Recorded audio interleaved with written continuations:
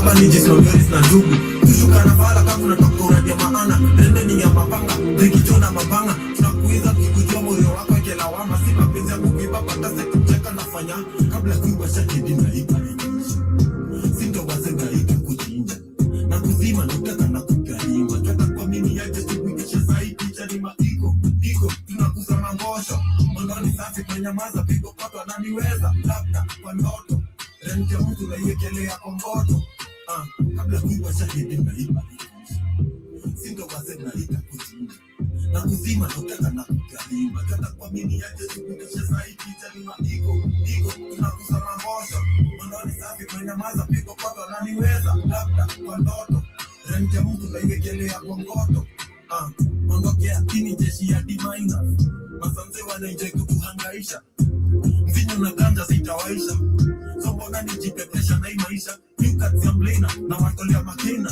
Choma kuka dela, mali ya kuna denga Biski karibia, kuna mtu wanaumia Hata bila lupa tulikuwa na wangaria Wanapenda mkiwa kiria, naizi mlinkocha fulia Kani kidama na iwasha na naichimbia Rumas na kikona pesa kwa nyumba tunaikamia Sini, watu kashela katujanga tukilia Niliwawama jana na wama vijana Zakonyesha kwa kula mastafiki waka Ama kwali matafaka Nondo tunaanza Tunanyambele sotuka na kufanya wajanja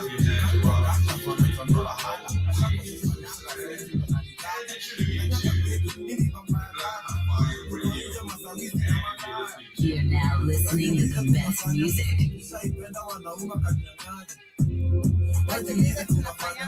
Nishaipenda wanaume wakanyang'anya. Yes, welcome to the Blackwood Fire Network radio station. This is the media of the 21st century, 27 minutes past the top of the hour. Apologies for being late, but we're just a little bit late. And I hope you guys are having a beautiful day on your end. To those who are tuning in on the radio station, Spreaker, Spotify, on all our YouTube channels. To those who get to catch this on a replay on all the rest of our streaming platforms.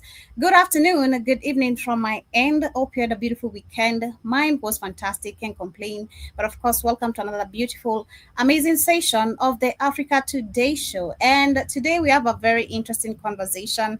A lot has been happening during the weekend and even before the weekend. We've been seeing what America has been up to regarding, is there any possibility of the World War III? Because on Friday we discussed about literally Trump talking about the 2027 budget of America military, literally, which should not be 1 trillion but 1.5 trillion.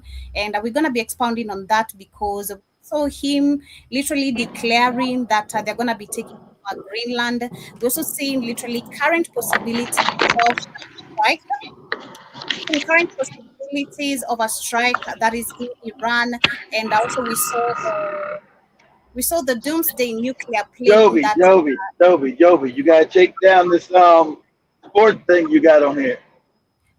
It's not my fault, Keith. When you pop, StreamYard does that. So my apologies. Can you see? Okay. No. Now, there you go. Okay, yeah, StreamYard does. I don't know what happened to it nowadays. It's been doing that. When you pop, it changes everything completely. Oh.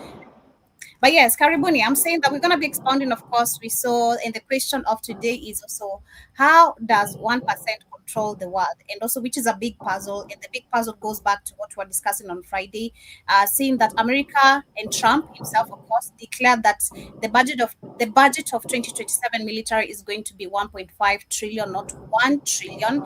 And we saw also the Syria literally attack and the takeover of Venezuela, and also the possibility of taking over Greenland. I also saw Giorgia Meloni talking about how actually Europe needs to also work together with Russia because how dare America? So much is literally happening. But Karibuni sana, those are our top conversation for the day. And it goes back to, again, the big puzzle. How does 1% control the world? Because today on my show, if you caught up with the Pan-African Bliss, I was discussing and trying to break down some of the things, which is a big question. Again, shout to, I'm not sure if it's 10 speed, but one person asked that last week, how does the Israel not, get to control this big population or the whole world, and there's no consequences to it? But we say Justice is a matter of power. But before we get into that, a quick reminder to get yourself our application in case you're here for the first time, subscribe. And of course, we are on all the streaming platforms, literally. Blackout Fire is network is everywhere. So in case you have an Amazon TV, Roku TV, you can download our app on your TV and get to literally listen to us either via the radio segment or rather the TV section. You can see me live on all the previous shows, literally. And of course, we have amazing, amazing merchandises in terms of t-shirt, hoodies, beanies. We have mugs, some amazing colorful mugs. We also have some handbags. You can take one for your side chick, Don't let your wife know you're cheating. Yeah. I got you get one for the fight. Why is everybody gonna have a side chick? Just because you are loyal and you're married doesn't mean everyone is loyal. Okay, that's the difference. That's also there's another video that has been circulating online of some of the couples that knew each other since they were 14 years, and they've been married like the last 11 years. Like they knew each other since they were 14, and then.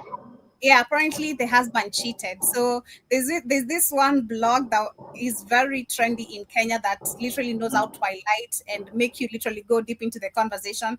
They're like, all men cheat. Just don't leave another man, don't leave this man, for cheating, knowing the next man is going to cheat. Which sometimes it's true, but That's always a lie because majority of women cheat more than men. That's always the old funny thing. Women cheat more than men. Women have more. Look at Joey Fake, because women have more access to men than men have access to women. but that doesn't mean we cheat just because. I'm just kidding. The numbers. I'm just saying the numbers would be more for women to cheat than it would be for men. It's just that what. Because I always say men are dog now. When I wasn't married. When I wasn't married, yeah, I did a lot of messed up shit. But when I was married, I was faithful. I think majority of men want to be faithful because I don't know. You never hear your babies tell you cheat on their mother, and unless you already was in a bad marriage, and usually men cheat according to the circumstances. Women cheat because they can. Men cheat because of the circumstances. Most men can't cheat because they're broken sorry. No, I disagree. We don't cheat because Sister Monique can disagree with. We don't cheat because we can. We cheat because of continuous disappointments. That's one of the things that can lead a woman to cheat. Hypergamy also can be something. I'm not gonna disagree, but all right, that's right. That's right. I didn't bring that up. Hypergamy, I told you guys, hypergamy is undefeated. But Undefeated. if you don't like your man, him being broke and you're looking for someone who is better than him. Okay, how about you say, it's not working out? I'm going to go somewhere. You ain't got to cheat on him. Say it's not working out. I'll find someone better. Because in my experience, hypergamy is undefeated. That's your experience. You see, I know. I'm just saying. That's when I had a lot of money when I was a teenager. What?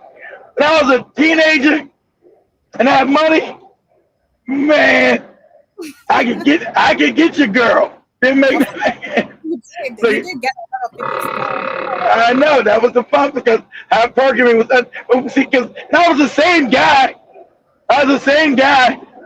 When I didn't have money, and women didn't have nothing to do with my ass. Keith, you're too young. Keith, you ain't got no car. So now I got money and car. How did I change? What changed in me? So you can have money. Shout to Sister Monique saying true, Joby, and especially when they also have a little dick. So you could have money and have a little dick. So I'm not going with that. I'm gonna cheat on you because you're not giving me sexual satisfaction. I need someone who's gonna satisfy me. You're not gonna leave the man with the money. You have a boy toy on the side. Exactly. You have a big dick Negro on the side. That literally works perfectly well, So look, we know how to play our cards. Like I was talking to Demore. Demore is out there busting his gun. Finally got a gun, but he said, "Keith, I think this is better than sex." I was like, "Wow, Demore, you had a lot of bad sex." starting him out there. But anyway, Karibuni Sana family. Hope you guys are doing amazing. Hope you guys had a beautiful weekend once again. It's 35 minutes past 8 p.m. right here in the 254. Been a beautiful day. Hope you're enjoying yours and welcome because today we're going to be talking about an amazing conversation. Like I said, again, how does 1% control the world? And shout out to the person who posed that question last week. But before we get into that, I want to start with this amazing video here. I remember last week we were talking about how everything is about race, and I bumped into this very angry black woman talking about how there's this great analogy of history of black economy that is not discussed. Again, we go back to the Minnesota. Remember the Minnesota video I shared of the Mundul, the Mundul, can't remember the state, but the state that was owned by black people and it was doing great and white people are not allowed there. If you remember the story I shared. No. That wasn't a state. I was surprised. I never heard of it. It was one of the most racist states. That was. I think it was called Monroe City or some kind of Madison, something like that. It was in Mississippi, Joe. It was in the state of Mississippi. It was a town. I said Minnesota. I think Minnesota has been so much conversated that is the only word that is stuck in my mouth. Yeah. Sorry about that. That's them Somalis. Yeah, no big deal. It was state of Mississippi, but still to have that city survive in Mississippi still blows my mind. How did they survive there? A lot of people come to burn them down to the ground and massacre their ass. Yeah, I have this video of this woman breaking down still the same whole topic we're having last week, but she's more kind of angry and attacking about it. Listen. Right? Yeah.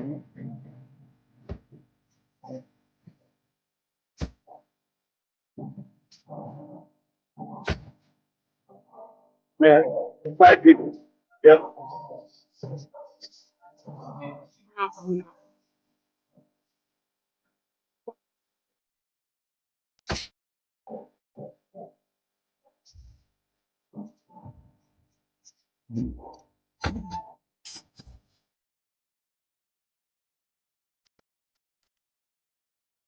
Of everything. Right.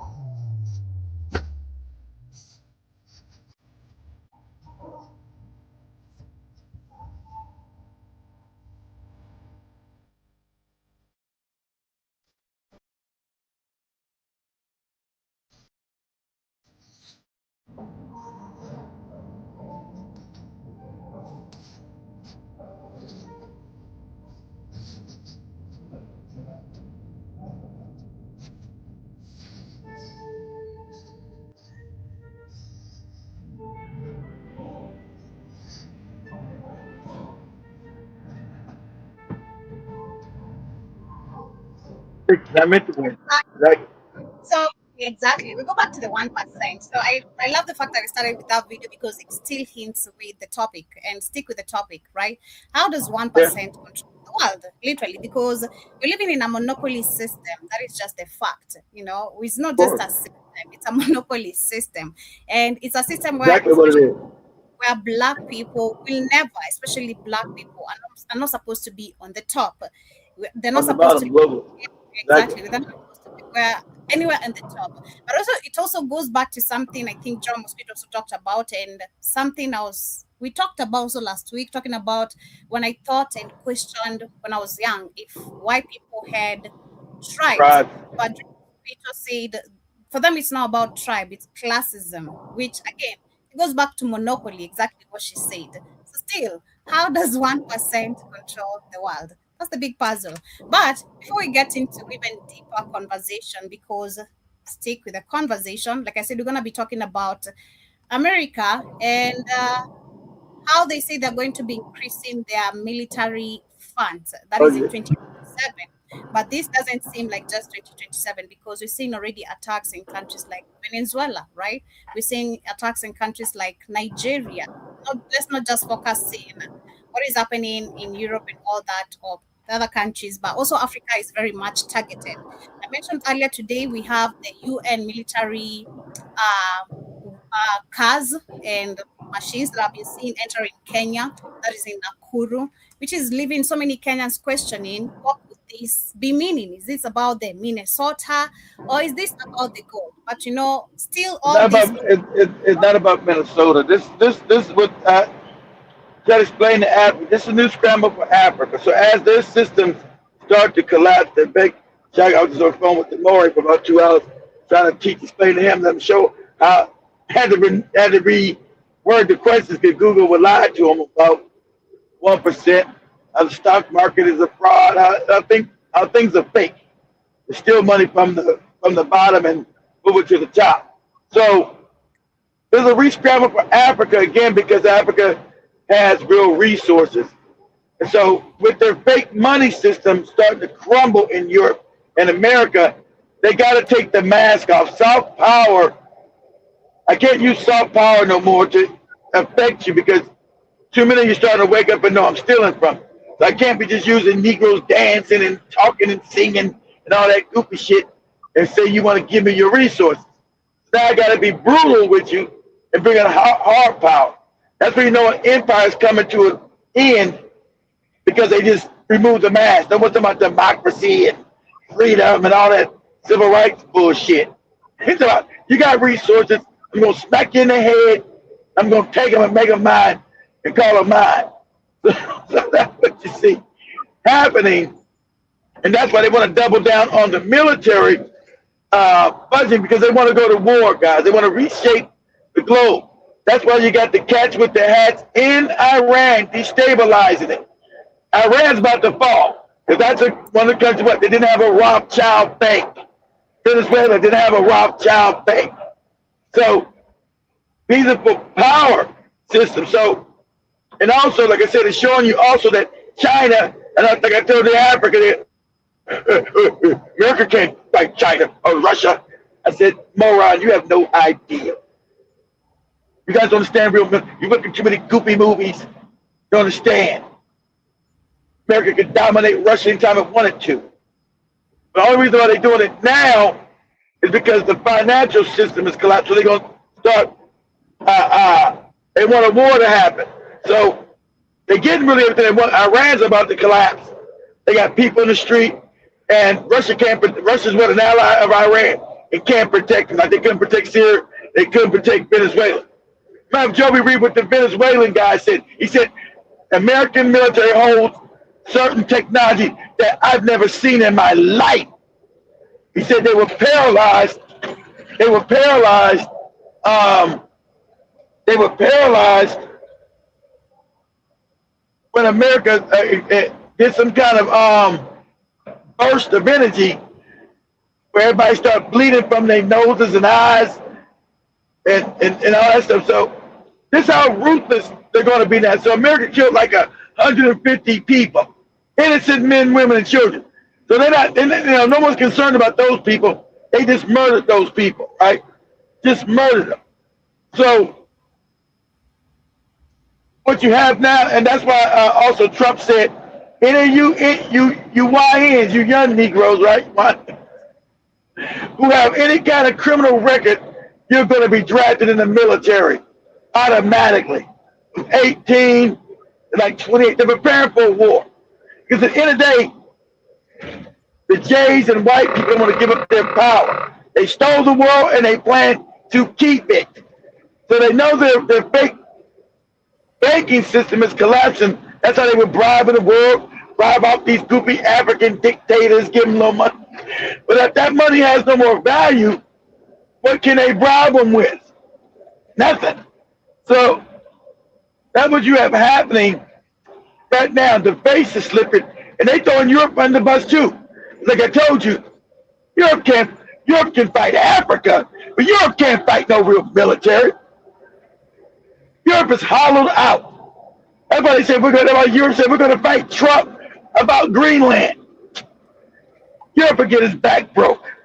There's no strong military in Europe. England, France, Germany, these are all jokes. These are all jokes. They can't fight no America. They get washed out and washed up. That's why America tell you, we're gonna take Greenland. And you'll say, well, we're going to war against you. With what? With who? So, what Joby's saying, the 1% understand that the money's going to be made in the global south. And so they're trying to maneuver everything to China and Africa, but keep the Africans still impoverished. Keep them still fucked up. But they want America to implode, to overstretch itself militarily, and they want it to collapse. But the other white people don't want it. There's a fight right now between the 1%. The 1% that want to keep America going, and the other 1% want it to implode. So you got a fight going on. It's just about dominance. Go ahead, Joe. So before I share the video you've seen on your screen, which is trying to explain also what you're saying, we have one of these, the CIA explaining why US is so powerful and dominant over Europe, literally, because you also need to understand. Yeah, that's what I was saying, exactly. I know you guys going to bring that up. Exactly. See, if Africa ever got a backbone, stop being cowards, and develop a military, Europe is too weak to wage war against Africa. But the Africans are so shell-shocked, so scared of white people, so scared of Europeans. Have you ever developed a real army, a real military in Africa, you can take out Europe. Europe is weak. Go ahead, Joe. So before I share that video, I have this article I want to read, which I promised to read today. And still, we go back. The question is, again, how does 1% control the world? And remember, we have 4%. Do their fake money scheme.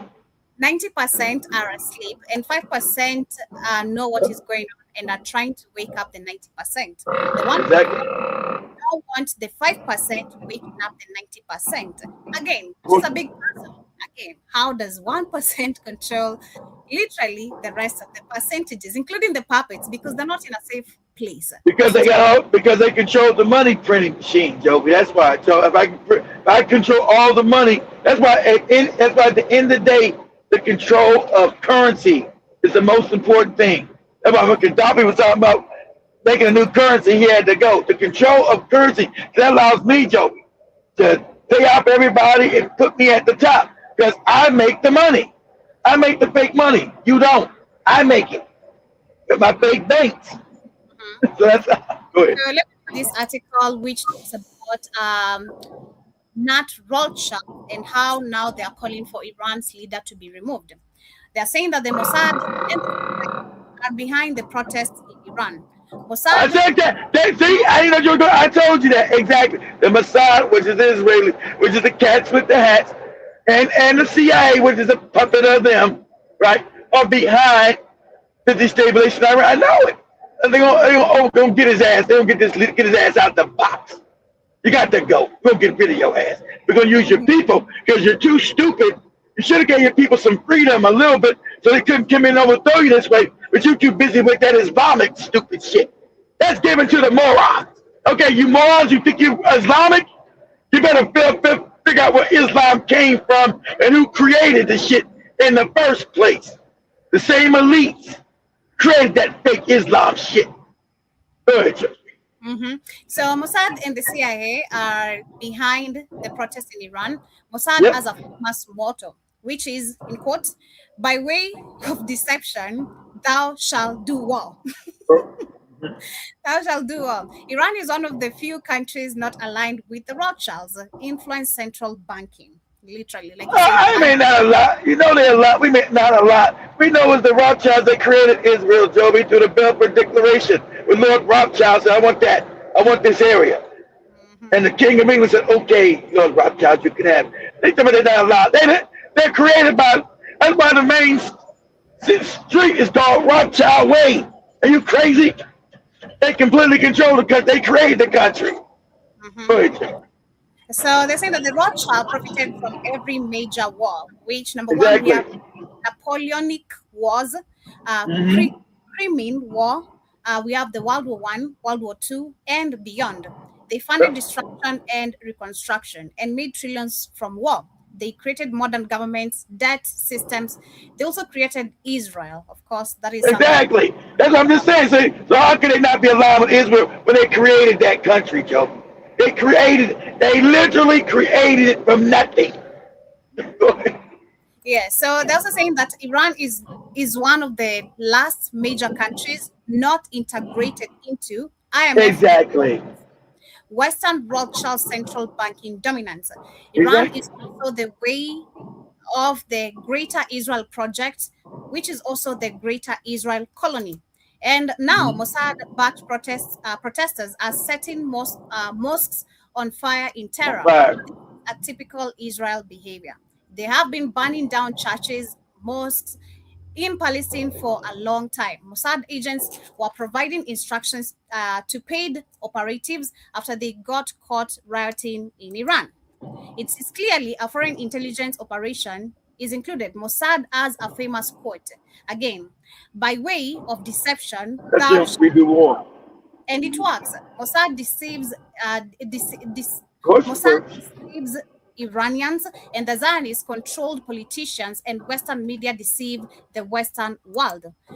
Iran controls access of the Strait of I Hormuz, move. Hormuz, if Mm. I'm pronouncing correctly. 20% of the world's oil passes through that choke point.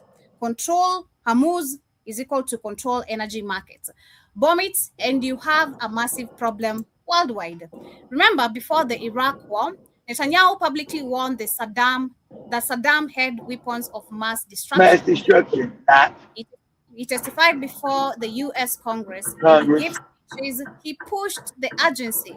No WMDs, I don't know what that means, were ever I mean, founded. WMDs is weapons of mass destruction, Joe. We saying Iraq was close to having a nuclear bomb, which is a lie. So that means weapons of mass destruction. So because since they own the media, remember, Joe, they own the media. So they'll get the dummies in America. What? Weapons of mass destruction? Ah, we must go and invade Iraq and get Saddam, Joby. We must go get him before he launches a nuclear bomb on us, Joby. We must go get him. Ah! Millions So, died. They're saying yeah, that of course, millions died. Exactly, millions died, Joby, off a lot. They knew it was a lie when they said it. the region collapsed and American soldiers died for Israel, of course, which is always. In 2000, there were 9 countries without a Rothschild-aligned central bank. We have Iran, Iraq, Cuba, Syria, Libya, Sudan, Venezuela, Afghanistan, and North Korea. Most of them were bombed, sanctioned, and destroyed economically.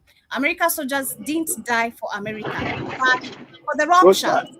not. Mhm. Of This is course. why people say all wars are banked wars. Are bank, yeah, Banking are wars, exactly. wars. Explain this, Joby. In every war, you got to pose an enemy and another country's fight, right? Like World War One, World War Two. So how could it be that the Rothschilds are funding both sides of the war, Joby? They're fighting the ones you're fighting against and you. So they win no matter what, who dies, who wins. Because they funded both sides of every war. You know?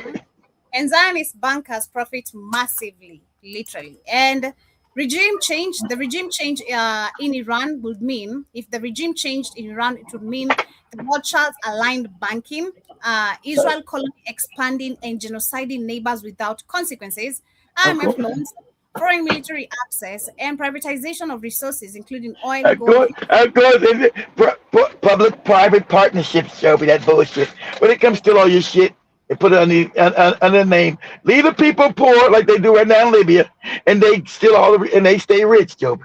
That's how the 1%. This is how the 1% controls the world, Joby. Go ahead. Same pattern every single time. Same That's pattern right. every single time. Independent nations control their currency, their capital flows, their interest rates, their resources, revenues. That limits outside influence, and the Rothschilds don't like that. So independence becomes the problems. Independence becomes the problem, and this pattern isn't new. Remember, we also talked about the sovereignty today, earlier today on my show. Yes, about when we're talking about Libya and Gaddafi. Chile in 1997, this is the pattern which isn't new. Chile in 1973, sorry. We also had Iraq in 2003, Libya 2011, of course, when Gaddafi was killed, Venezuela, which is very recent, when the president has been arrested. Different stories, same mechanics.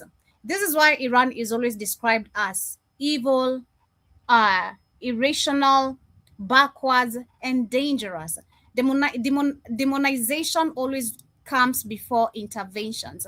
Again, the quote, by way of deception, thou shalt do well.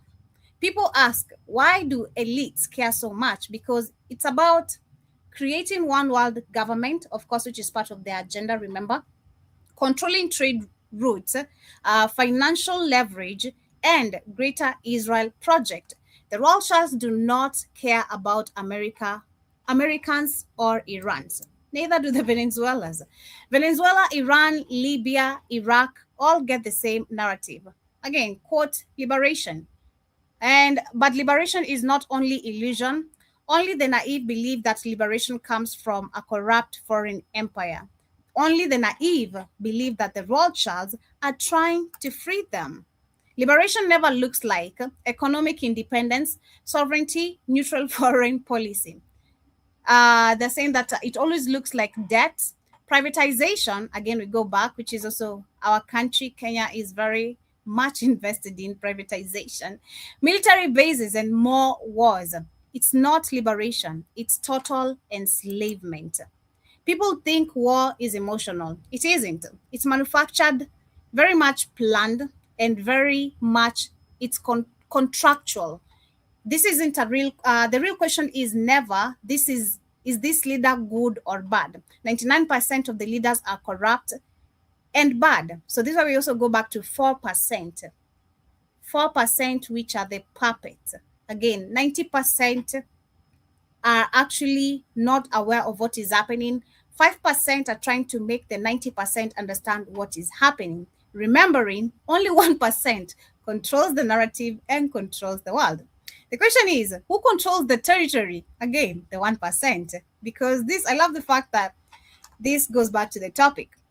The question is, who controls the territory, the banking, the resources, and the trade after? Who obeys and who doesn't? So if you go back to the question of who controls the territory, the banking, resources, and trade after, that goes back to the 1%. Who obeys and who doesn't? Who obeys is the 4%, who are the puppets. Who doesn't are the 5%, who, of course, also the 1% don't want the 5% waking up the 90%, because that's going to increase the number. So it's really, really a very much interesting pattern. But let me share this video of what Keith was trying to break down of how America is very powerful when it comes to war. The United States. Who rebuilt the UK? Who rebuilt Japan? The United States. Who rebuilt the UK? The United States. Who rebuilt Germany? Who rebuilt France? All the United States. Is it any surprise that all of these countries since World War II have then been close diplomatic, political, and economic allies? No.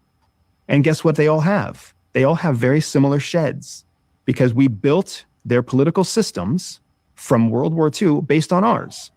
Right? You need to ask yourself, that's the American model. But where'd they get the resources to rebuild Japan and Europe? Where'd that come from? Anybody know? Africa. That's been how America has grown economically so quickly all over the world. Guess who's mimicking that model now? China. The real conflict between the United States and China, nobody can define it. Trump calls it a trade war because we have a bunch of cheap Chinese goods. But who set up China? That's not the problem.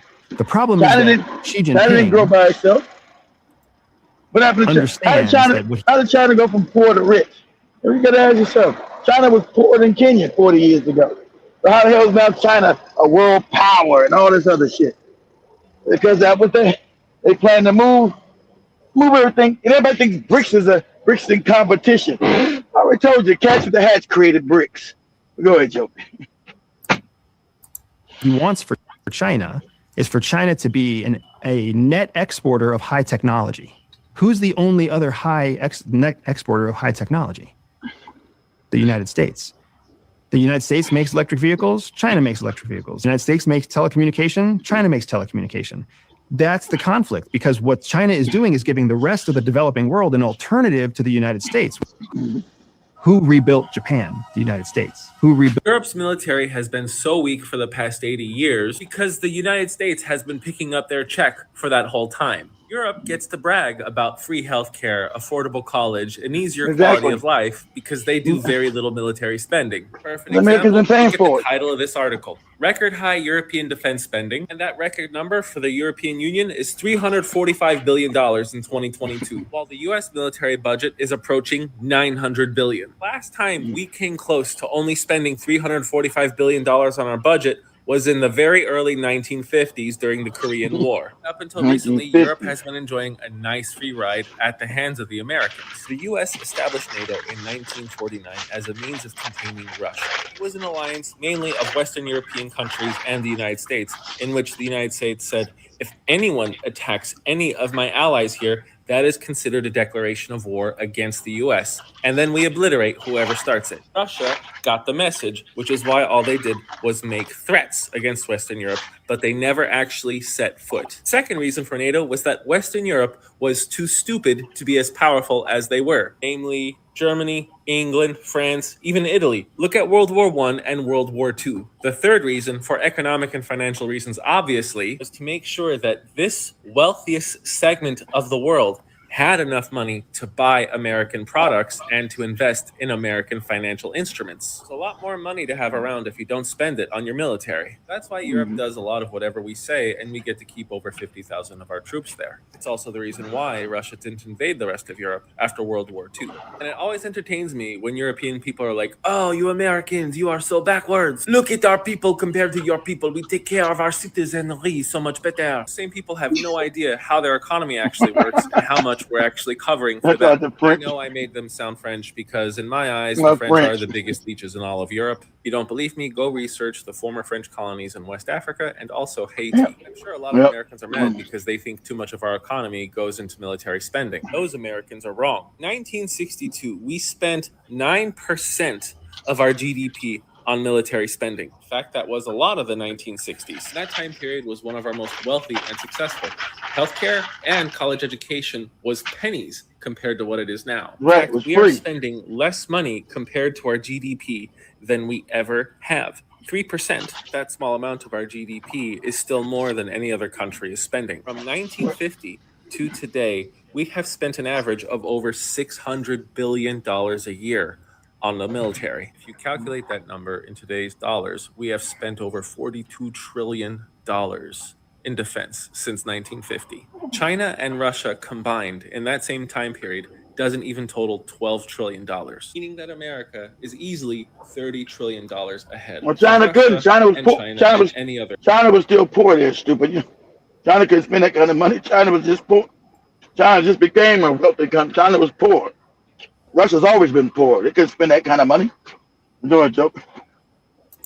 A threat in total military spending over the past 75 years. A lot of Europe allowed themselves to get frail and weak and easily spooked by the Russian military. Except for Poland. Poland will drag the entire Russian army if they send one of their troops onto Polish soil. I'm curious to see the social reforms that will take place in Europe as a result of their need to spend more on their own defense. I'm the Geo Husar, and Europe should have been doing this 10 years ago. Thanks for watching.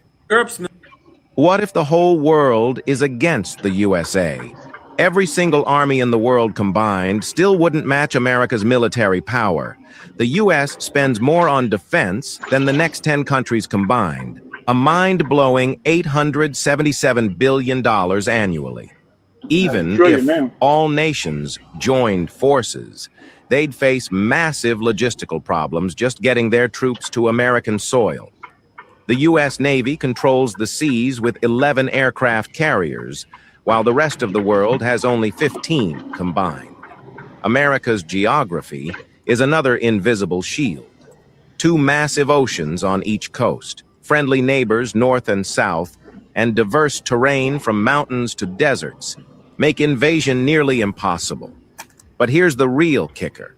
The U.S. has 750 military bases in 80 different countries.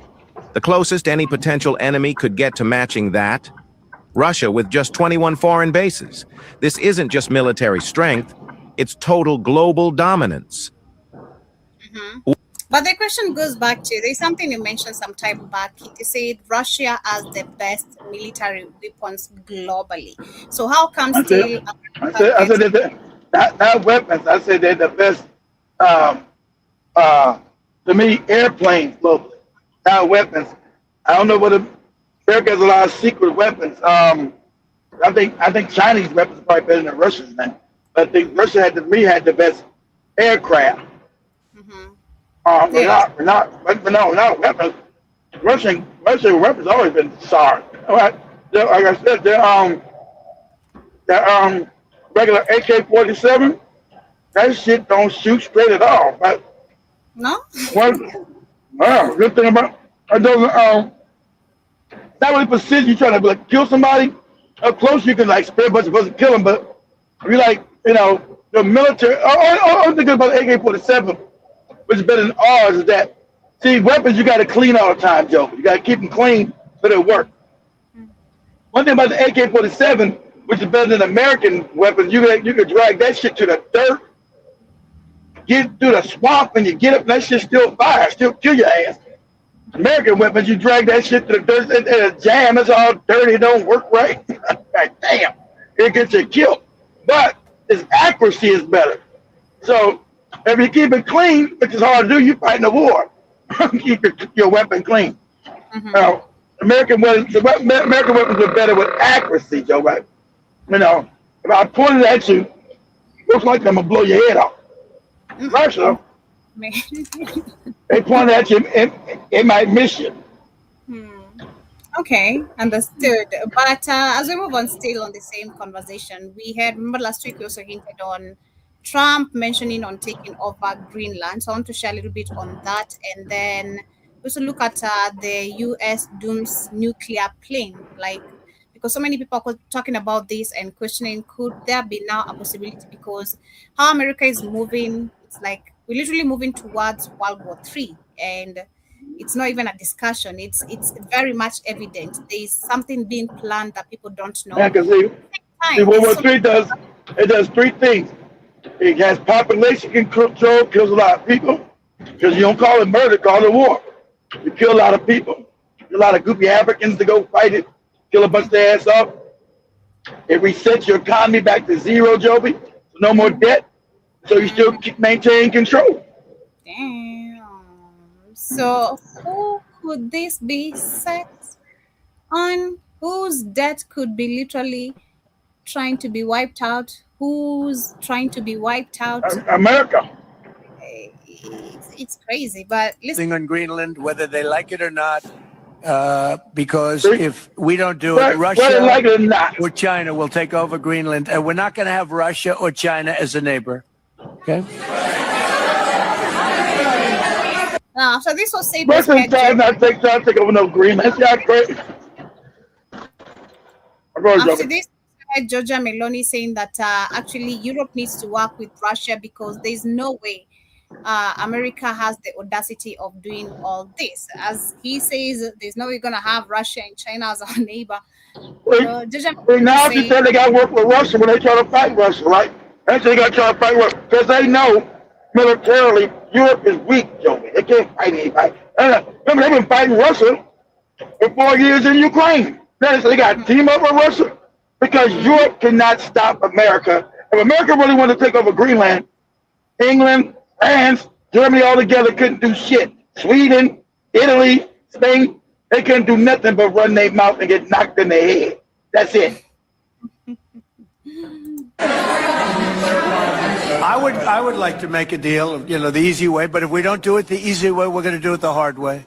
Right now, we are going to do something on Greenland, whether they like it or not, because if we don't do it, Russia or China will take over Greenland, and we're not going to have Russia or China as a neighbor. Okay. Y'all Look up? at the comment of so many people. Shut it laughing. Zuckerberg. He said you're gonna just go kill people and take over their country, Joe. All right. Yeah. Yeah, we're gonna just kill them, Joey. Take over their shit. Yeah. It's crazy because so many comments people are saying that Trump will be the beginning of World War III. Another person says he's gonna get us all killed. Someone also says Russia is already your neighbor, a few steps away. This is from Alaska, exactly. Oh, your neighbor. And someone also says he's on a death wish, taking the US with him. Lol. And another person, the last two comments I'm gonna read on that. Remember, Joey, when Trump was running, remember that he was gonna stop the wars. Remember, I'm gonna stop the wars. I'm gonna stop wars. We don't need these wars. All these wars are goofy. And I told you, the people that wanted to put his ass in power want these wars. And that's all bullshit he's saying. Of course, like, come on, because the first thing we saw him was him supporting Israel on still. Exactly. The Hamas people, like, please come on. Like, what else do you need to tell us about you stopping the wars, dear Trump? And he said that he's also been impeached, so he knows what he's doing. He's getting him in trouble. But let's talk about the Doomsday plane. What is this all about? A presidential aircraft that has earned the nickname the Doomsday Plane was spotted at LAX, and people on social media are freaking out. Amid extreme global tension, the Boeing E-4 Advanced Airborne Command Post was filmed landing in Los Angeles. People began to freak out because if there was a nuclear war, this is the plane that President Trump would take to travel. This plane is just one of several in a fleet that is constantly on alert, can handle a nuclear blast, and is protected from an electromagnetic pulse. The U.S. Air Force explains it further, saying, "In case of national emergency or destruction of ground command and control centers, the aircraft provides a highly survivable command, control, and communication center to direct U.S. forces, execute emergency war orders, and coordinate actions by civil authorities." So far, no official word onto why the aircraft was out and about. We're out to the White House and the Air Force for answers. So far, no word, but we will keep you updated. The Doomsday plane, the Doomsday thing, Joey, the Doomsday plane was like, they're supposed to go in the sky, Joey, and stay up there while they drop nuclear bombs and destroy the Earth. But then you gotta land. Once you land, the world is all fucked up. It's gone. Yeah. Yeah. They don't care. Yeah, I looked into it. It is capable. That's why you can hear it's capable of surviving the nuclear. Yeah. It's crazy. All the water's poison, all the food is poison. They don't care. Secure aircraft on Earth, the Doomsday plane descended into civilian airspace and touched down at the Los Angeles International Airport. And this wasn't a parade flyover, and it wasn't a training show. It was real, deliberate, and caught live on camera by stunned aviation spotters watching real time, like they've never seen this before. And this aircraft exists for worst case scenarios when leadership must remain in control no matter what happens on the ground during a nuclear interchange or exchange. So the question is simple. Was this landing about routine travel, or was it a quiet message of readiness sent in plain sight to Russia? Because what you're about to see is something the public almost never gets to witness. Let's get into it. My name is Tom. I'm with the Daily Beltway, and I'm also a White House correspondent for the Next News Network. And what you're seeing today is not speculation or internet rumor or social media hype. It is a confirmed, documented event involving one of the most secure military assets on the face of the earth or ever built by America. And guys, we're a growing channel, and every like, comment, share, and subscription helps us grow. Also, sharing this report matters more than you think because too many Americans never see these signals until it's too late. I want you guys to check this out. It's the E-4B Night Watch Doomsday plane making an appearance at LAX. Check it out. Wow, look at this.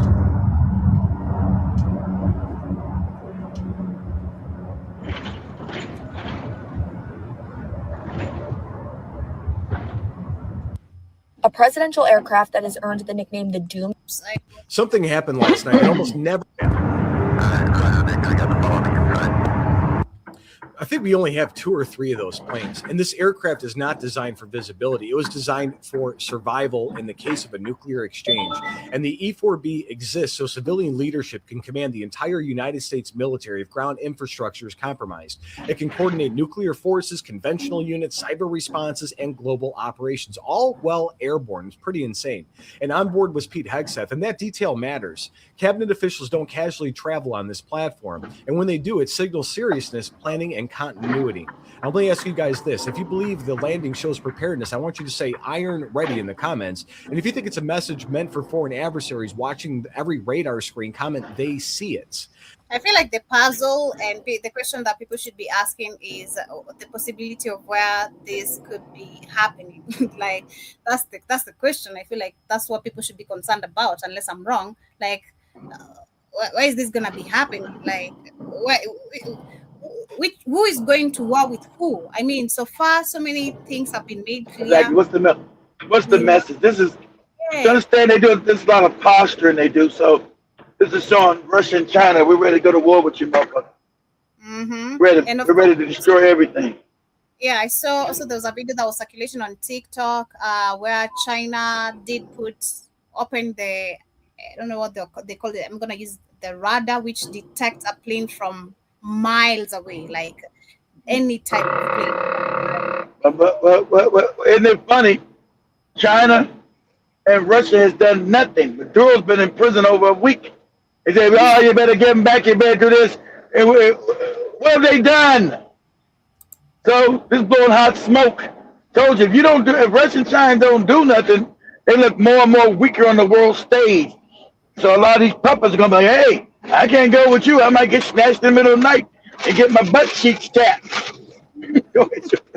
There's a question with these other videos, and then maybe we can get into another interesting conversation. You can guide someone like I see 10 Speed with a question of which you had promised to tackle that during the weekend, but you were busy and didn't get time to do that. He's questioning, going back to still the topic, what is the name of the God that created them and how did they get here? Because we're talking about 1% of the people that control this world. So talking about the demiurge. Yeah. They call the demiurge, Yaldabaoth. Guys do worship called Jehovah. Same one. It's not a god though. It's an entity. I told you go read the Nag Hammadi text. Go read the Nag. The one that you was screaming and worshiping when you was a kid in church. That's the one. Jehovah, Yahweh. The demiurge, Yaldabaoth. So he created them and the Archon, Archon energy. So I said, go read the Nag Hammadi text, which funny, which your Bibles is based off of. They just reversed everything. When the Nag Hammadi text will tell you Jehovah is the devil, or what you would consider the devil. Consider the wicked motherfucker. He's the false creator, perpetrating the fraud as being the real creator of the universe when this entity is not.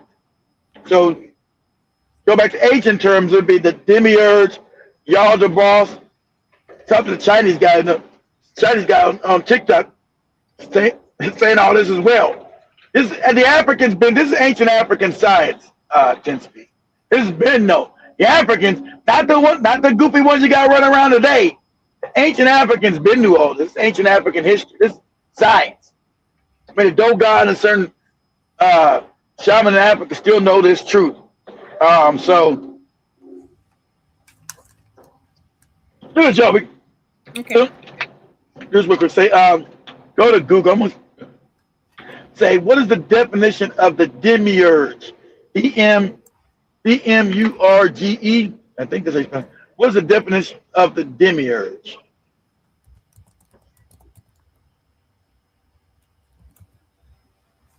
That's the best definition I give. What is the definition of the demiurge? Go ahead. Saying that the term you are likely demiurge, which is has several definition. Let me just a minute.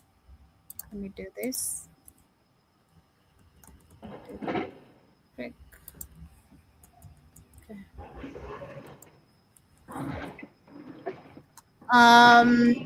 They're saying it's a being responsible for the creation of the universe. No, not the universe. See, not the universe, but the earth, the realm we have here. In a Platonic philosophy, the maker or the creator of the world. Yes, exactly. So the creator of this world, 10 speed, see, and who you guys have been worshiping as the creator of the universe, when it is not. It is not the creator of the universe.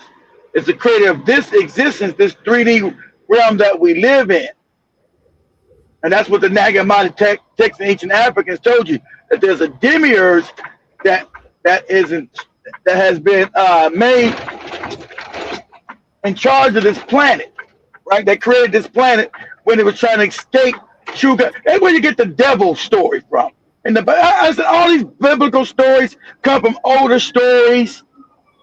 See, once you understand that, you understand what's going on. These biblical stories are not ancient.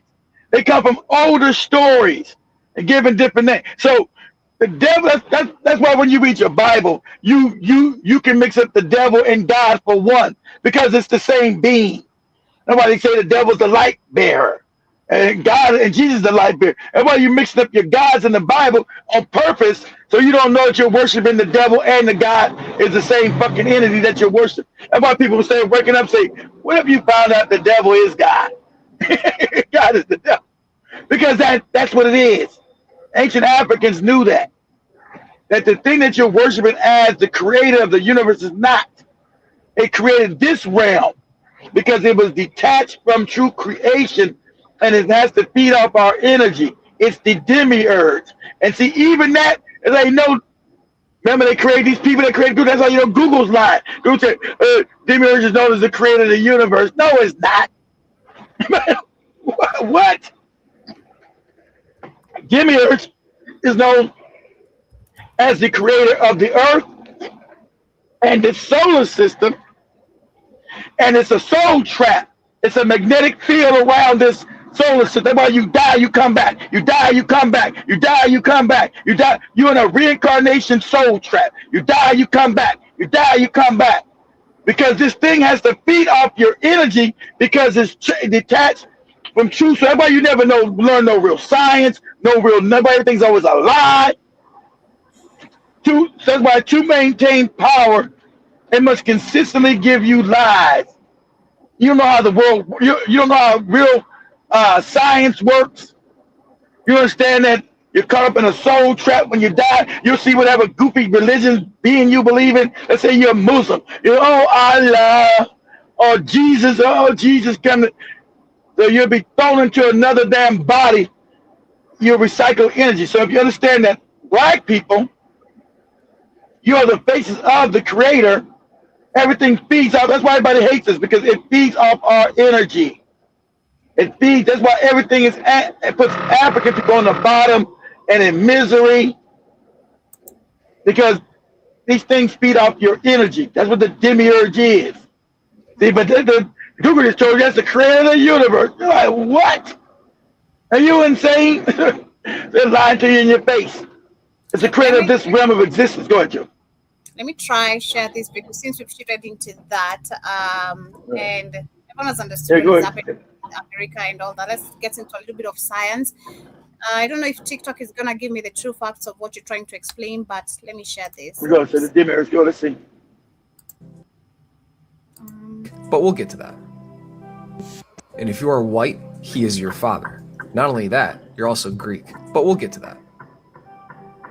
Yaqub, as we know him, first appeared in the writings of Wallace Fard Muhammad, the founder of the Nation of Islam, simplified as the NOI, or NOI. No, which is that's a Yaqub myth. No, Joe, not that shit.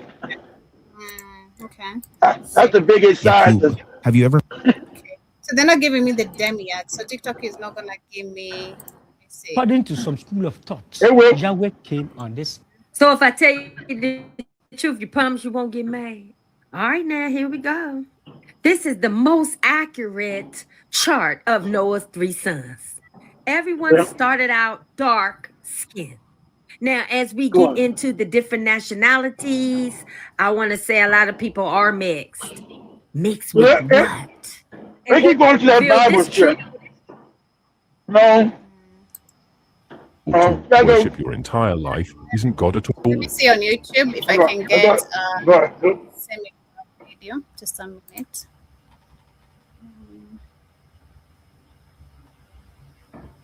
see if I can phrase it.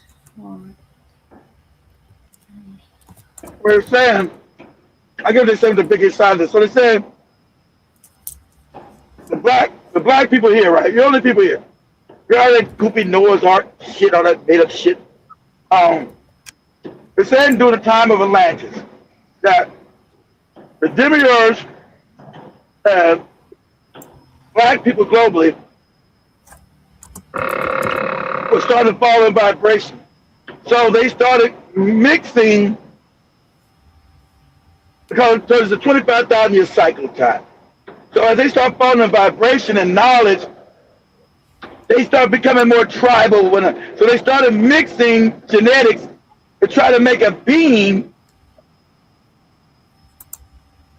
that could be savage and fight wars.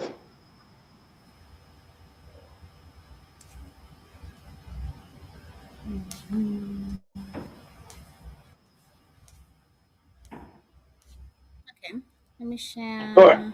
Let me share this one. We say it's relative. There's a being, ancient, powerful, and supremacist, who once looked out over the heavens and declared, "I am God." Exactly. Just a demiurge. And for exactly. a time, no one challenged him. He created stars, planets, rulers. He built laws and cycles. He shaped a world that mirrored the divine, but without its light. Exactly. And from his throne, hidden deep within the illusion he made, he believed himself the ultimate creator. But he was wrong. This being, called Yaldabaoth by some, Samael by others, demiurge, is not the source of all things. No. He is not the true God. He is a shadow, born from a mistake, ruling over a world that didn't belong to him. A story of false light and hidden truth. Of a God who wasn't really a God. And the rebellion that began when humanity remembered what they truly were. This is the story of the demiurge, the false god that created our universe. Exactly. Not our universe. God damn. In the beginning. Not our universe. They created our solar system. Not the universe. There was That's why our solar system is a soul trap. That's why it's got a magnetic field wrapped around the Earth and mapped around the solar system. Not the universe, not even our galaxy. Our solar system. Go ahead, Joker. Endless, perfect, complete. This was the pleroma, the fullness beyond all worlds, a realm not made of stars or space, but of divine essence, where beings known as aeons existed in harmony, each one a reflection of some sacred truth. Among them was Sophia, the aeon of wisdom. But in her longing to understand the and remember, understand this though. Okay, they try to make them white. There was no white people don't exist. No white. So there ain't no white lady, no white nothing. Okay, and these people, it wasn't no white people. So Sophia wasn't white. Only black people. Only black things in the universe. Right? Or not even color. You know, we're no white. White. There's other things. It's all natural. Go ahead. More deeply, she acted alone. Without her masculine counterpart, she tried to bring forth something new, something from within herself. But what emerged was not a being of light. It was something else. Twisted, malformed, and incomplete. This new entity was nothing like the others. When you create, you gotta have female and masculine energy. So Sophia tried to create someone out its other half, right? Without its masculine half. The other story says it was actually Yaldabaoth, where the demiurge tried to create someone out its feminine half. The story goes back both ways. Go ahead, Joker. Yes, but no awareness of where that power came from. It was born in ignorance, cut off from the fullness above. And in her shame, Sophia cast it away, hiding it in a lower realm, far from the light of the pleroma.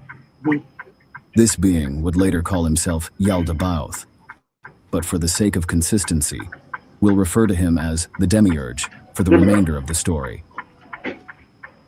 He opened his eyes in a lifeless void, alone, isolated. There were no stars, no voices, no light, so he assumed the obvious. He must be the only one. I am God, and there is no one else beside me. That was his first mistake, and the beginning of all others. Right? The Gnostics described the demiurge. Pause. I told you get the Gnostics. I said the Nag Hammadi text, the Gnostics, the ancient Africans. Go get the Nag Hammadi. That's where your Goopy Bible comes from. The Nag Hammadi text. Go get that. Read it. The Africans knew this motherfucker wasn't God. Go ahead, Joe. In strange and unsettling ways. He wasn't just alien. He was wrong. A lion-faced serpent wrapped in coils of fire, or a massive being of blinding light, yet somehow cold, without warmth or love. His eyes burned with arrogance, his mouth always speaking law. His form constantly shifting. He looked like something trying to imitate divinity, but missing the mark. A shadow cast by a broken mirror. The demiurge was loud, proud, obsessed with being worshipped. Exactly. That's why you guys. That's why you guys. Exactly. Through fear. That's why your religions are based what? In fear. Oh God, I'm gonna go to hell. I'm gonna go die. I'm gonna go whatever. Because that's what you're worshiping. See, this fucking thing can't put you in no goddamn hell. Shit don't exist. So that's why. And then it created a. Since it created the solar system, created a trap because it's detached from true God. Like I showed you, everything is connected through energy to back to real God. Energy. This thing is detached from energy. And so that's why it needs to feed off your energy. Go ahead, Joe. Laws without mercy. He demanded obedience without question. But beneath all that pride was fear. Fear of being questioned. Fear of being challenged. Fear that, deep down, he wasn't truly divine. He acted like a god because he didn't know he wasn't one. The demiurge had immense creative force. He inherited that much from Sophia. He could shape matter, bend energy, bring things into form. Exactly. He built entire Exactly. He realms can from bend nothing. matter because remember, exactly. You guys need to understand how the universe really works. Okay. Through your mind, you can bring matter into anything when you have enough energy. So it can only build this solar system. It couldn't build galaxies because it doesn't have enough energy. So when you're in the universe, you're not in a body. You're just nothing but energy. You're energetic being. And so it started building its own, what we call universe, which is a solar system. But it couldn't build. It could never build a true sun because it didn't have enough energy. Right? So that's when you get the with the Dogon telling you how the creator of the universe took from the Paloma, connect our sun back to the Paloma to give it energy, or every realm down here would cease to exist because this moron here didn't have enough energy to create any sun. You don't have enough energy, but he could create planets, but not a complete sun. So that's why our sun is tethered to Sirius. That's a fact. Our sun is tethered to Sirius because of the creator. That's why when you sun gaze, you're going past this motherfucker here, and you're getting complete information from the true God, from true eternity. Right? Because our sun is tethered to the other sun, Sirius, back to the godly realm. You understand this? So that's why this damn thing, all these evil motherfuckers, they want to block the sun, they want to give you fucked up GMO foods. These are the beings he created.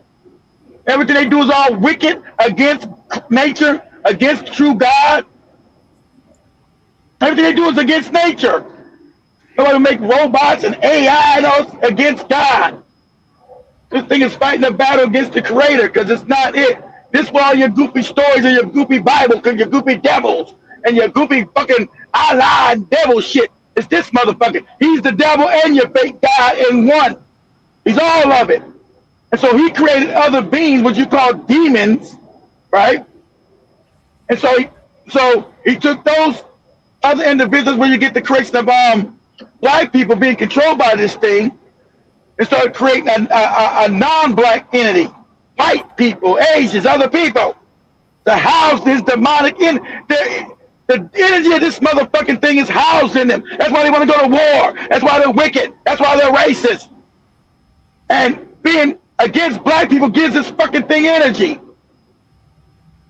Because you're the only people that's attached, because you got what? Souls. So you're attached to God. The true God. But no other beings are not. They're what? The soulless beings. Created by this fucking thing. Go ahead, Joby. Will. But there was a limit. He couldn't create true life. Exactly. He couldn't breathe divine light into what he made. No. His creations were hollow copies, imitations of a truth he had never seen. Imitation. He could build the stage, but he couldn't write the story. He was like a child with fire, powerful enough to burn, but too ignorant to know the danger. He was ignorant. He didn't have the power to do it because he didn't have enough energy. He didn't have enough energy. So that's when you see these other people, they mimic black people. Every time they do, they mimic us. It's always a mimic. Because they can't create, because this fucking thing can't create. It's mimicking. Go ahead, translated as the craftsman, and that's exactly what he became. The architect of the material world, the builder of illusion. And what you look right here is a little, and you look like a snake. This is all like for your visual understanding. He's a quasar. He don't like no lion and no dragon in the sky and all shit. It's a quasar. So when you see stars and all, these are living in it. Everything is alive with consciousness. Stars are living suns. They're living beings. So he is a mini galaxy. He's a baby galaxy. He's a quasar. But that was becoming a galaxy, but he didn't have the other half to grow as a galaxy. So the demiurge is what you see in the sky is a mini quasar, a mini galaxy. And galaxies what create things from their minds. You're able to now create other galaxies. Give out, baby. You get bursts of other stars and other galaxies and other suns. You're co-creator with the creator. It can't do that. It can only do a small realm because it's detached from its feminine half. It doesn't have enough energy. It is an abomination of God. That's why I told you, you know what about digging in somebody's butt with your penis is an abomination. Going in doo-doo, other thing, because you must have feminine and masculine energy together for creating. As above, so below, guys. And when you hear a woman and a man come together can make a life, because the energy of feminine and masculine energy makes a life. That's why everything's perverted by this thing. So your homosexuality, all this shit's normal, and you're supposed to accept this. That's why you see other people that didn't accept what? Are the Africans. Because the Africans are the only true human being on the planet. You see the Africans what? Consider the true. You ain't got Neanderthal monkey blood and monkey shit in you. Unless you've been sleeping with this thing. With these other creations. You're the only true what? Human being. That means you're straight from God. You came from straight from the Paloma, as your ancestors told you. You didn't evolve from no monkey. There's no evolution. That's a lie. But they must keep these lies going. You know, or the Adam and Eve shit from a rib story. All these crazy lies you caught in. Those are all lies. African people, black people come straight from the Paloma. You come in from the spirit realm. You manifested into the physical and got trapped by this freaking motherfucker here. So imagine African people, you fell in frequency. That's when your body is a magnetic field housing what? Your soul. So when your body dies, it releases the soul, right? So you're no longer trapped. But since you don't know shit, you go right back into the soul trap. So, oh, Jesus came to get me, or Allah, whatever, goopy. SpongeBob is here to get me. Hi, SpongeBob. Yes. Time to go back and learn your lessons and do it again. Like what? No. This whole thing is a whole trap to keep his fucking ass alive through energy. Your body is a magnetic field. You're not supposed to be in a damn 3D body. You're supposed to be a spirit body with nothing. Remember, your body's housing is a prison for your soul. Your body is a prison for your soul. Okay? And same as your Africans told you, this is a prison you're in because you fell in frequency. That's what created the body, the frequency, the lower vibration. That's why if you raise your vibration, then the body can't house your soul. Your soul just slips right through this body. Because your body's vibrating too high, it can't be housed in the body. It can't be housed in any magnetic field. You just go right through the shit. Like a knife going through butter. That's what you got to understand. So, you're in a soul trap. You're in an illusion. As science, and the Africans are there, as you tell you, you're an illusion. This doesn't even exist because this motherfucker created it. You're an illusion of space and time that don't even exist. You're just coming back, living all these goofy lives, and there's really no time passing at all. All you are is an energy feeding. Everybody wanted. That's why these wars. When Joe said World War II was what? That was a burst of energy to get in this fucking thing.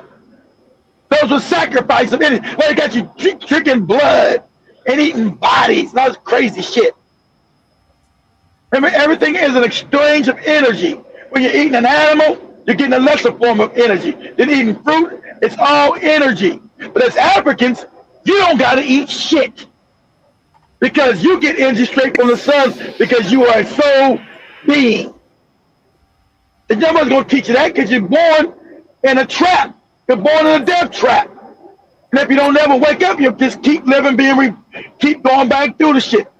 And so they're trying to stop it. The vibration is starting to raise again. And all this wicked shit starting to happen. All these crackers are going crazy and killing them.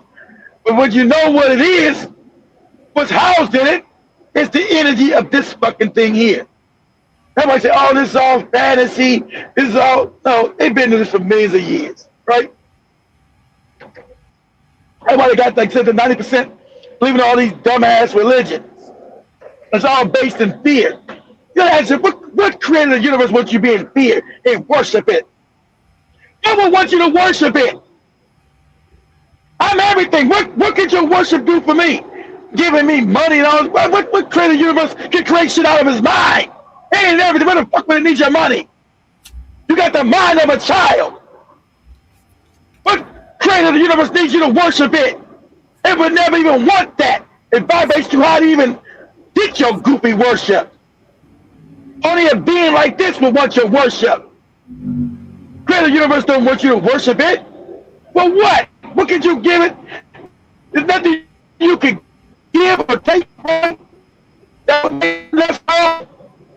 So like I said, if you understood anything, you know that don't even make any sense. I want you to, I need to be worshipped. No, you're going to worship because you're giving that thing your energy. You're focusing on it. And shout out to the people. Remember, they hid the Nag Hammadi text when they were killing everybody. The Romans were killing everybody. And they found that text again in 1947 in the desert in Kemet. The African world. I don't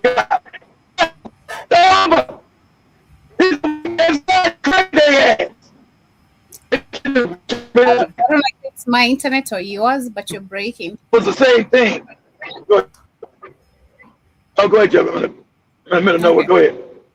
He didn't just create, he copied.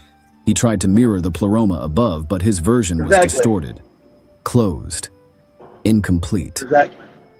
He saw himself as the center of all existence, the highest God, the beginning and the end.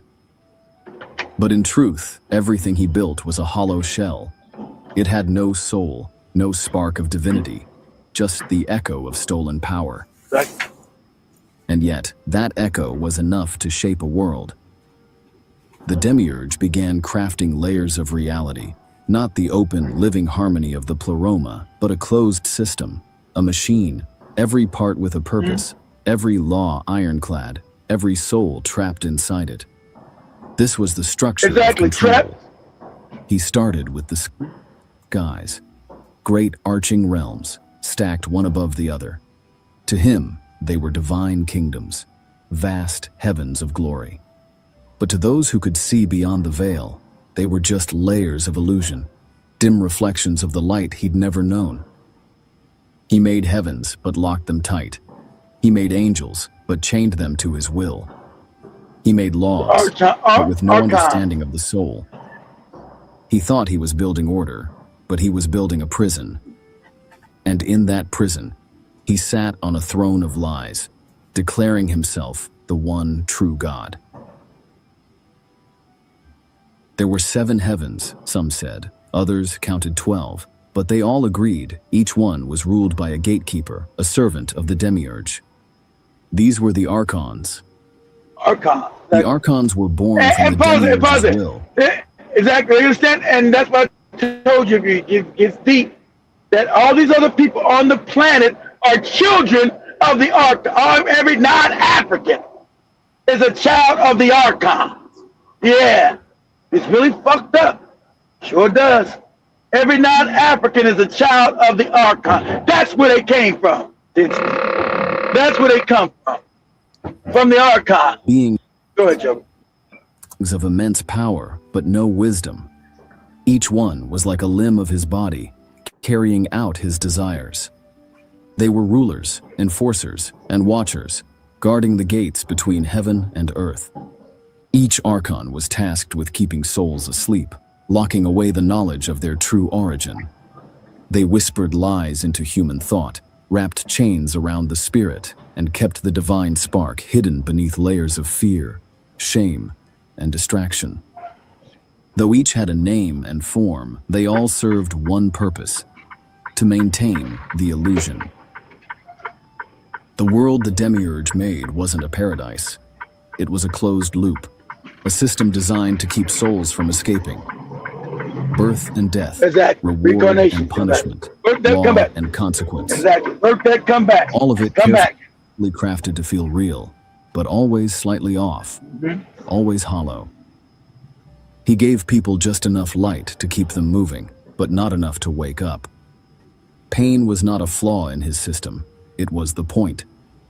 Suffering distracted, desire chained, and fear kept everyone in line. He made sure no one could see past the veil, because if they did, they might realize the truth, that he wasn't God, delusion. And he never will be. In his hunger to imitate the divine, the Demiurge turned his attention to one last creation: humanity. He wanted something that would reflect his power, a being that could rule over the earth as he ruled over the heavens. So he formed Adam, the first man. He shaped him from matter, just like everything else in his realm: clay and breath, bones and blood. A body, yes, but no spark. Because the Demiurge did not possess the true light. Only those from the Pleroma, the divine fullness, carried it. He tried to animate Adam on his own, but the body remained still, empty, hollow, a shell of a man. But Sophia saw what he had done, and despite the shame and sorrow that birthed the Demiurge in the first place, she still felt compassion. She could not bear to watch this false god craft a living prison without giving it a way out. So she acted. She breathed into Adam a divine spark, a sliver of true light from beyond the veil. This is the distortion of the story. That's how white people get and take it and change it. It's not the African version. Okay? It's not the African version. The woman came first for the man. See, that's them trips. But see, this is where you get also the Bible shit just mixed up with the Adam and Eve nonsense, right? At least they got a woman. At least they got Sophia, a woman in here. Remember, the Bible takes out the woman completely. There is no woman. It's just crazy. You know, you can't have no grace without no woman. Anyway, so the Demiurge took the Archons, the Africans that were here. We were trapped in this system. Somehow we got trapped and we fell in vibration. And we would, some of us would come, were brought down here to change the system somehow. I'm still fucked up on parts of the story. Yeah, somehow a lot of the Africans' vibration fell.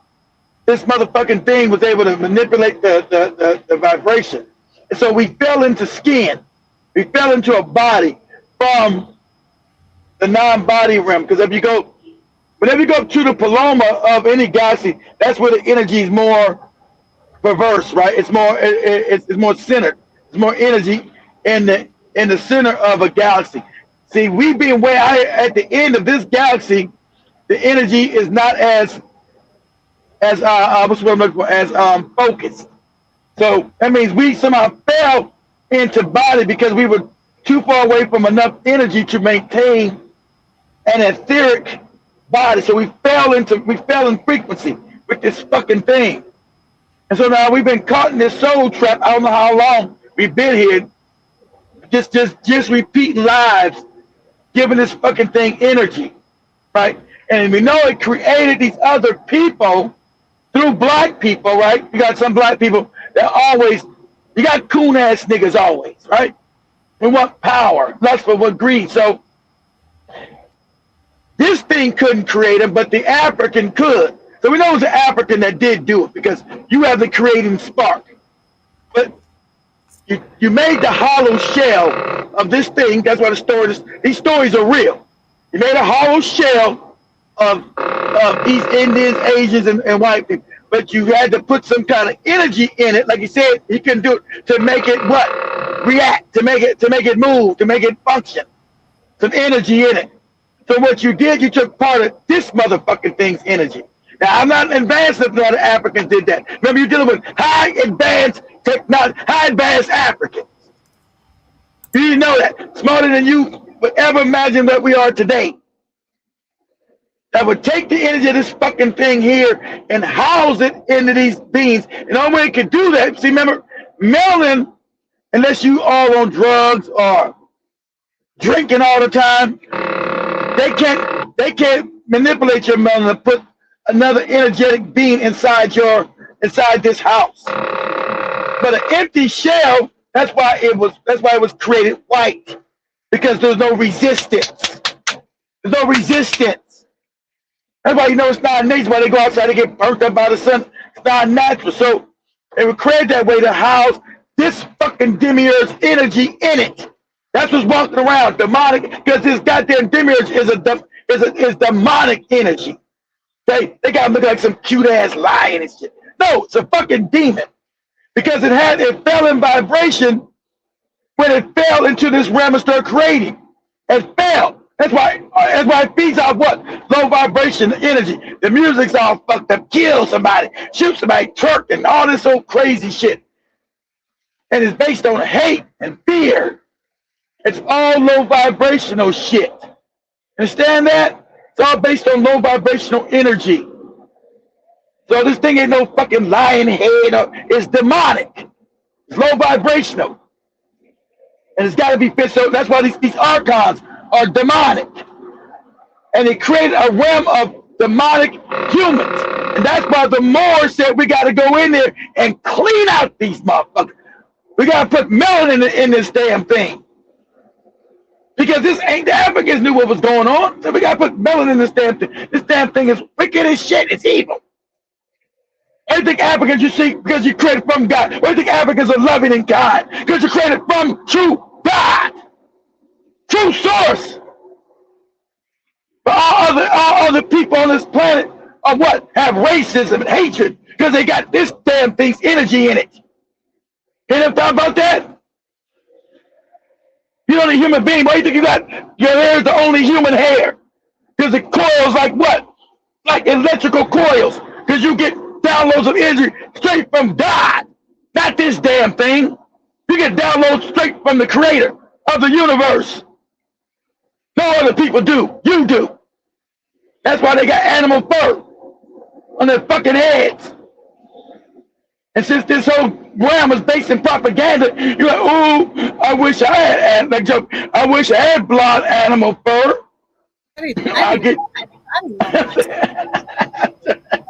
I'm joking, Joey. Just amazing. I know. Of course, I'm saying that's the propaganda. We all been there. That's what I'm saying. I'm using it as a joke. So I would do ear tie, but the ear tie gets all mad. Yeah. Because you're born in lies and propaganda, and most of us, like 90%, lie and die. We live and die in propaganda. And just we come back and do the shit all over again. And knowing you're in a soul trap, feeding this fucking demon. But go ahead, Joe. I see 10 Speed with a question. I'm gonna go through everyone's comment, but 10 Speed also asks, so what happens when black gene made white children of that entity? Racial offspring? Hey, it's fucked up. No. Usually, shout out to the little English girl, Joe, the little British girl. She says you're fucked up. I say, the more seem to thought that they were breeding the more seem to think that they were breeding the more think about them having sex, having off-breed children, that they were giving you melanin, that they were giving you a soul. And they were giving you a soul again. Because melanin is what is soul energy. You don't have melanin, you don't have no fucking soul. So black melanin. Everything has melanin to exist. We talking about black melanin. So he was saying, so the Moors believe, by going to have sex with all these white women in Europe, they were giving this beast a soul. They said, we gotta get this goddamn thing a soul, right? So that's what they believe. They said, we gotta go get this thing a soul because, if we don't, he said this goddamn thing would kill all of us before we wake up. That was their thinking, right? That was their thinking. So, but I say, I kind of disagree with that myself too, because usually they go back to white. They're all mixed up, and usually they go back to white, and it don't never work out no way. So I'm just saying, I don't know if I agree with that. But I'm just saying the things that they did. I don't know if I agree with that or not. I'm just saying that's what the Moors said. So it's called the gene stable. It said, that the white race is a soulless bundle of sticks. It's not capable of any love, any right. Remember when Joe was still a baby, said, why they don't, where's the humanity? Why can this douche wicked shit? Don't think about it. Because they don't have any humanity. They were created not to have any humanity. That's why when we say these things, we get banned. Because these are just truthful things, right? He said, where's the humanity? How can they just kill? How can they just kill? Don't feel nothing. Because you're being an African, you would feel something. They don't. Because it's a completely different creation. Go ahead, Joe. So let me go through a few comments as we continue. I see Jason in the building. Karibu sana. 10 Speed was saying, I don't know if I'm starting to wonder if the world is really flat. I'm not educated enough to prove that, but I'm wondering. No, the world ain't flat. That's another side. Give it to the morons, flat. Okay, do this. If the world's flat, I'll make it easy so you don't have to go crazy. You don't understand. Okay, if you take a plane from California, you'll go west to go to Japan. If you take a plane from New York, you'll go east to go to Japan. So if the world was flat, how's that possible? Okay, so that's what I'm saying to you. 10 Speed also says, I think since the white man realizes he can't break through the firmament in the soul. There ain't no damn firmament. Bible shit. There's no firmament. Jesus Christ. There's no firmament. They would 10 Speed with these biblical nuts believe there's a goddamn ball on the earth. they believe the earth is in a ball, some firmament nonsense. You're like, oh shit. Mosquito Karibu says it's as if white people have to go through us to get source.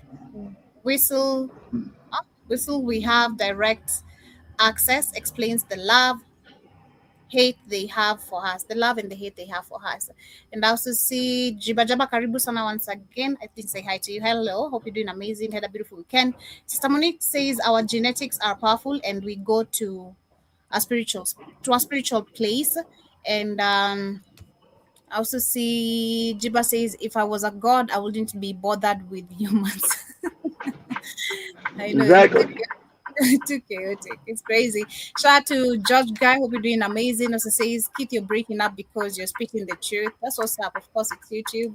Also see Jerome Oscar says, has anyone noticed since the 1st of January this year, they have gotten more wicked?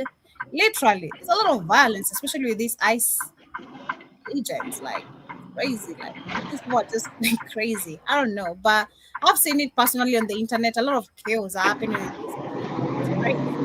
I also see Juba says God is a snake for screwing Joseph's virgin bride. He broke his own commandment. And Jason says that's where the Anuna comes from, other advanced creation. And I also see Ricky Snow Karibu Sana says I've been to Antarctic. Hey, yo, English. Antarctic for Navy shell back, and is Dwala is Antarctic to those black pyramid. I'm so sorry if I'm not pronouncing the word correctly, but yeah, I also see 10 speed. So did this so-called demagogue take black people's already here, or did he just create his own people out or whatever? That's a question to Keith. And Sister Monique, I think you have to come to the main channel. That's why you can't see a lot of comments. I don't know which channel you're literally streaming with us from. You have to come to the Keith Newsome channel. If you're on, you have to come to the Black Orphan Network. Sorry. If you're on the Keith Newsome or the Keith Newsome Live, you have to come to there's the Black Orphan Network main channel with 23 subscribers. You'll find us right there. But anyway, let me continue as we get closer to winding up. And in that moment, humanity became something more than the Demiurge had intended. Adam stood up. He lived. And the Demiurge panicked. The Demiurge sensed something he couldn't understand burning inside this new creation. A light that was not his. He saw it as a threat, a flaw, a corruption. But in truth, it was not a flaw. It was the first rebellion. From that day forward, the Demiurge would do everything in his power to suppress that spark, to bury it, to drown it in laws, shame, and fear. He would rewrite the narrative, trap the soul in ignorance, and make sure no one ever discovered where that light truly came from. But it was too late. Sophia didn't stop with Adam.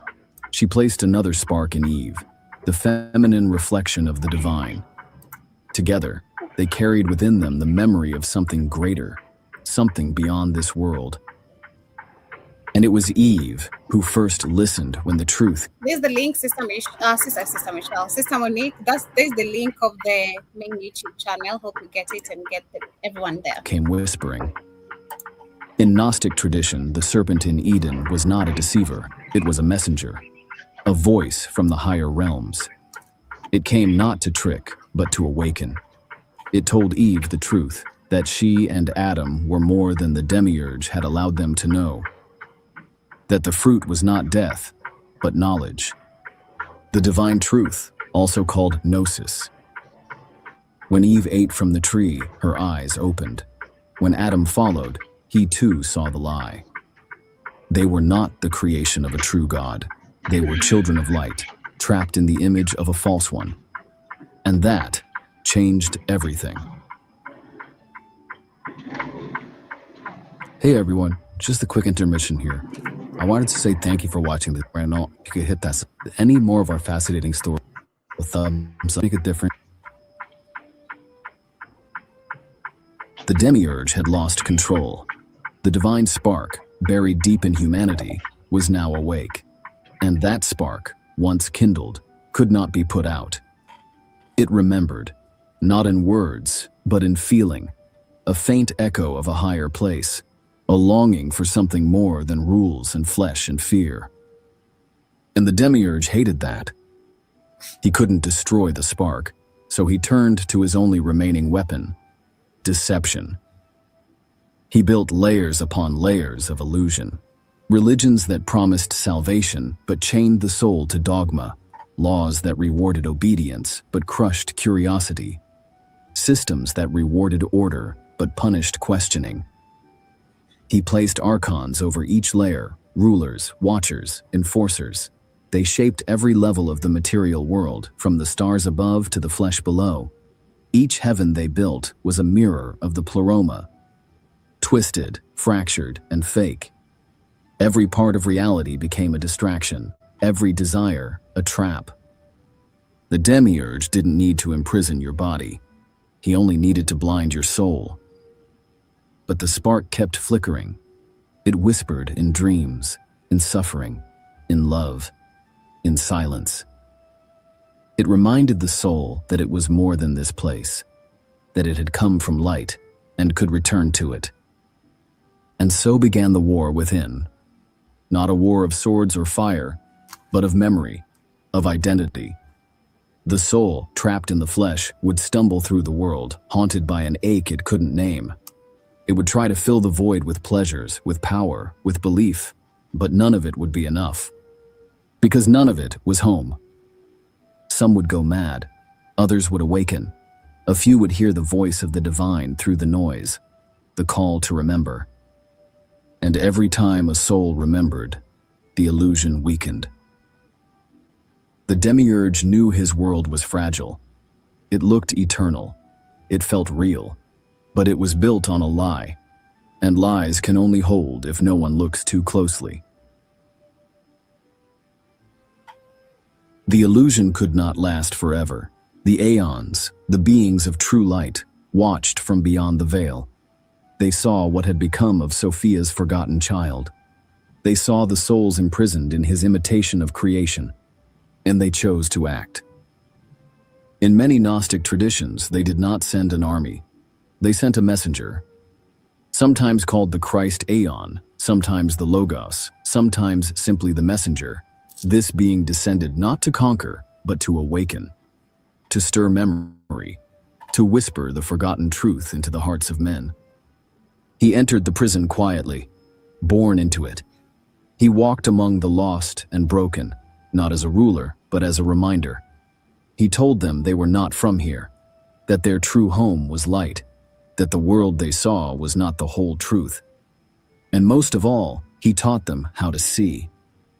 This was gnosis, the knowledge that heals, not facts, not doctrines, but a deep, living recognition.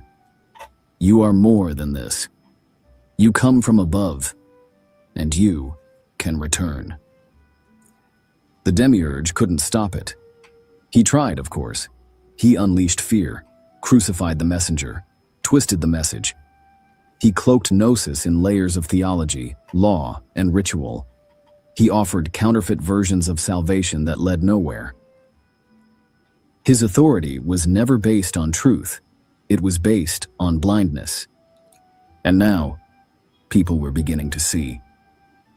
But not all agreed on what this meant. Some saw the demiurge as a fool who could be redeemed, while others saw him as the enemy of all light. The story of the demiurge is not carved in a single stone. It shifts depending on which Gnostic tradition you follow. But one thing never changes. He is never the true God. Still, the question remained, what is he really? A misguided child? A tyrant?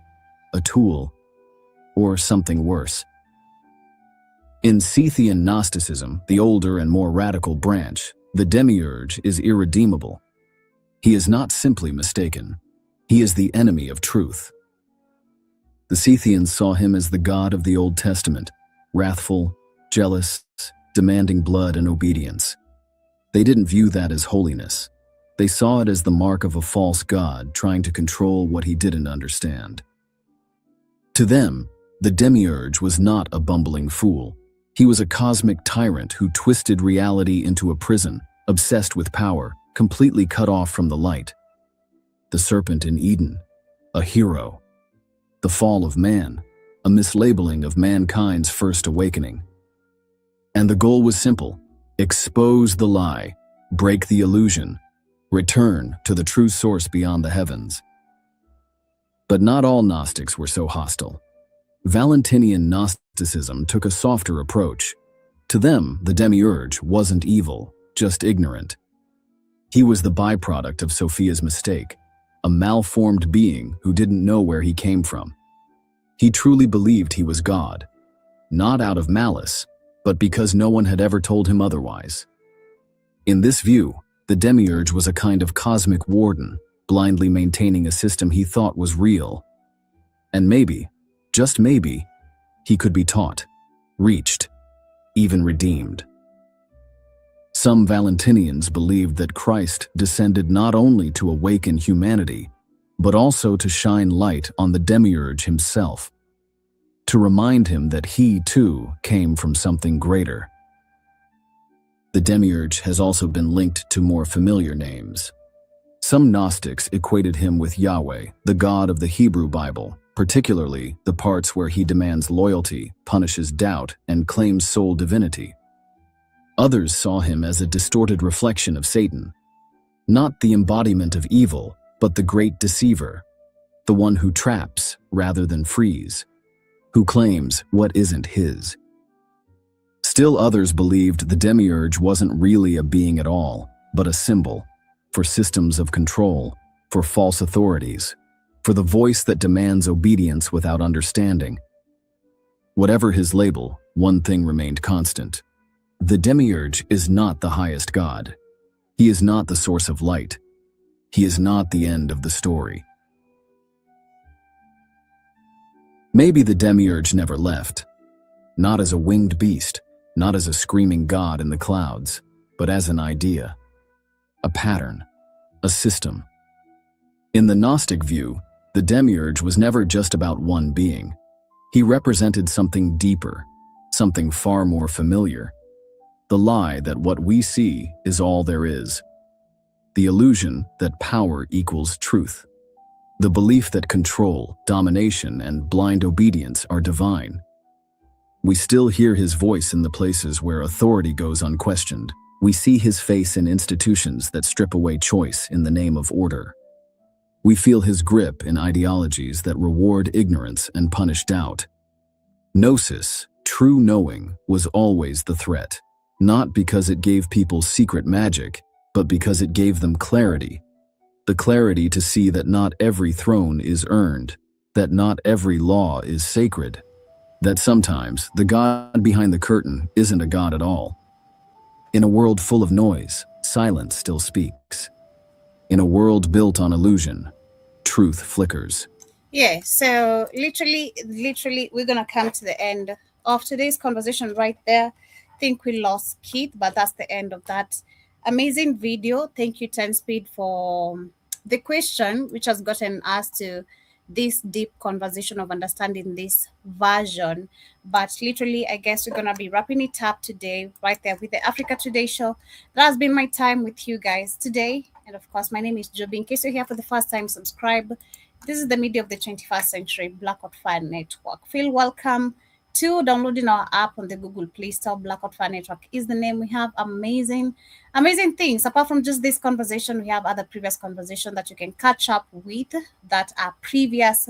We have my show, which today's show actually was very, very informative.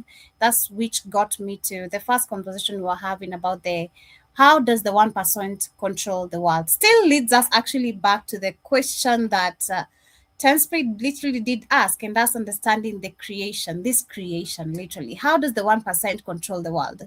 It's a very big question and still goes very, very deep, for us even, I feel like it's not even very depth dealt with or talked about, because I feel like this caught also Keith off guard. He was to do this during the weekend, but he didn't get time to. And of course, this kind of conversation also, you need to do research, you need to put videos aside, you need to put articles aside. So if we go deeper, I feel like we need to still reveal. Goes to Israel. Israel. This Rothschilds and the Rockefellers, man, still a big, big question, Still goes back to what we've talked about, but goes deeper, if you understand what I'm trying to say. But have yourselves a beautiful, beautiful rest part of your day. That has been my time. 15 minutes past the top of the hour, literally 15 minutes past 10 p.m. Don't know what's the time on you guys' end, but have yourselves an amazing rest part of your day. That has been my time. Again, peace and light to y'all.